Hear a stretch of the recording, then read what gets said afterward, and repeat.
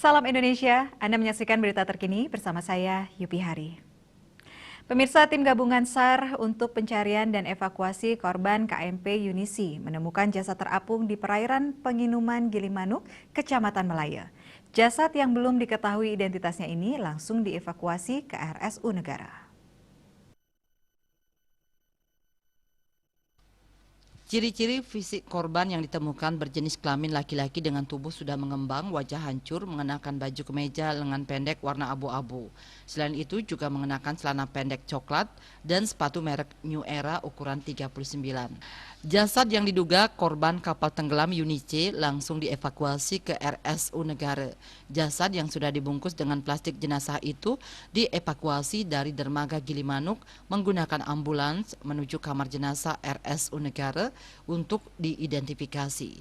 PLT Direktur RSU Negara Niputu Eka Indrawati membenarkan pada Sabtu pagi pihaknya telah menerima penemuan jenazah yang ditemukan tim pencarian kapal tenggelam di Gilimanuk. Jenazah diperiksa tim medis rumah sakit bersama tim Inafis Polres Jemberana untuk diidentifikasi.